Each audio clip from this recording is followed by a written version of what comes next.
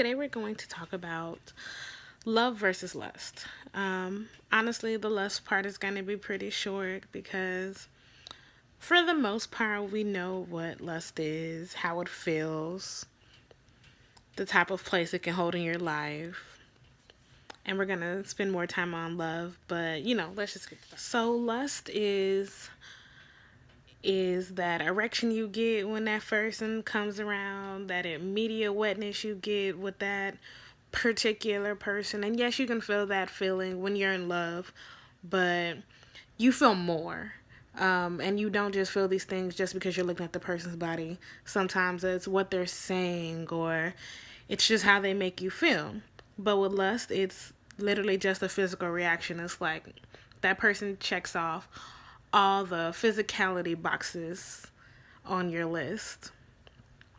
And it's definitely also testosterone based. It even raises testosterone in women. There are some hormones that are released that are also released when you are experiencing love, but they're just released at a much smaller scale, and they don't have necessarily the same solidifying bonds that would be created if you were in love. So like dopamine, serotonin, norepinephrine are all released in small amounts when you're experiencing lust. The highest hormone you're going to get is testosterone spiking in your blood system, which is going to, cause your body to go into overdrive when it comes to sexual feelings. A hormone that comes directly from your reproductive glands and organs. So it's going to, start down below and work its way up. Lust is driven by sexual desire, sexual gratification. It's a chemical process. It's biological in nature. It's fueled by our need to reproduce and to, see our genetic material go into the next generation. That's all lust is. It has nothing to do with any kind of long-term bonding efforts. Lust can actually last for a longer time than you may think. From my research, it can last for up to 2 years before that initial spike in your testosterone levels and your norepinephrine levels just levels out and you no longer feel that way about the person. From my experience, I've only seen it last a year, and then at that year point it was like, okay, I'm done with this. I know what this is. It's not going anywhere. It's not worth the time. Two things that are really big when we're actually talking about love in contrast to lust is gonna be attraction and attachment. Both of these feelings are gonna start in your hypothalamus. When we're talking attraction, three of the main neurotransmitters that are going to be affected and be releasing a lot of that hormone at one time is going to be dopamine, norepinephrine, serotonin, and all of these are hormones that correlate with your reward center and how you honestly go after rewards and also receive them. They're all gonna be flooding your hypothalamus and the rest of your brain to the point where you start to become blind to the other person's faults, and these hormones are flooding your brain all at once in like massive increments. It completely shuts down your critical assessment part of your brain where you're like, I should probably pay attention to that. I should look at that flag. That is a fault of theirs. None of that matters anymore. You're now like, everything they do is okay. It's all okay. And that's not a bad thing per se if you're in a healthy and functioning relationship. So it's not something to necessarily be scared of. But something else that does happen is when you're forming an attachment with somebody, and we're talking about love specifically, some more hormones that are released are oxytocin and cortisol. And cortisol is actually released when you're going through a stressful situation. love is really hard and it's complicated, and that's for everybody. So when you're first starting to fall into love, yes, you're getting all these reward centers and all these pleasure centers are going off, but your body is also getting a certain amount of cortisol, and that's what gives you the anxiety, the stress, where you're like, "Ugh, am I supposed to be doing this? Is this okay? Should I be falling in love with this person?" And it's not to deter you from falling in love. It's just your body's way of saying, "Yo, this is happening to you." And you're being blind to faults and all kinds of other things that are totally happening in front of your face. So, fall in love, but, like, pay attention. The cortisol in your brain is making you feel some anxiety, some stress about the love that you're currently falling into. But the oxytocin, which is a key element when it comes to forming attachments with other people, especially like if you're in a, let's say, an intimate relationship, when you're having sex with that person and you're having more feelings than just lustful ones for them, oxytocin is being released at your climax, and so you're having a completely bonding and intimate experience with this person, with the skin to skin contact from the sex, and also the massive amount of oxytocin that was just released at the climax. And the oxytocin that's being released in these massive amounts in increments, it is affecting the reward center of your brain, the pleasure center of your brain.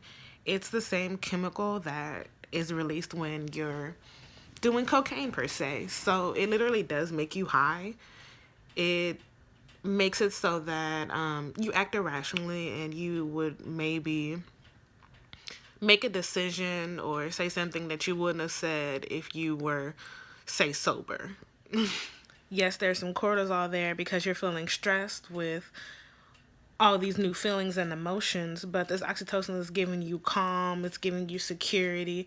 It's just reaffirming that it is okay to be where you are and to have these feelings and emotions. That filter that's on Instagram that starts regular vision like this, and then all of a sudden it starts zooming in slow, music starts playing, it gets tinted like a pink color, hearts pop out. That's pretty much your brain at the end of a climax with somebody you're falling in love with. And even throughout the duration of the sex that you were having, it's probably so much better than you would have even thought it was going to be, simply because you are falling in love with that person. So these hormones are being released throughout the sex, and at the end you're just getting flooded with it. At the point of your climax, you're also getting vasopressin, which is the hormone that helps with forming long-term attachments and relationships. And so when you've been in a relationship and you've been in love, after like about the 2-year mark, you get over that cortisol and that anxiety of like, is this what I'm supposed to be doing? Is this okay? Is this person gonna break my heart? So about the 2-year mark, your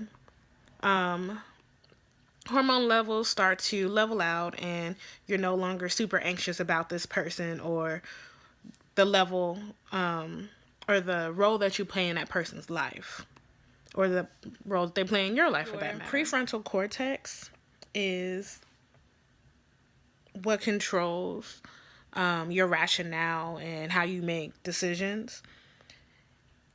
And when people were being put into like fMRIs and such to look at the brain and see which part of the brain highlights when they're looking at somebody they just associate themselves with versus a person that they say that they are in love with and have that kind of loving feeling for.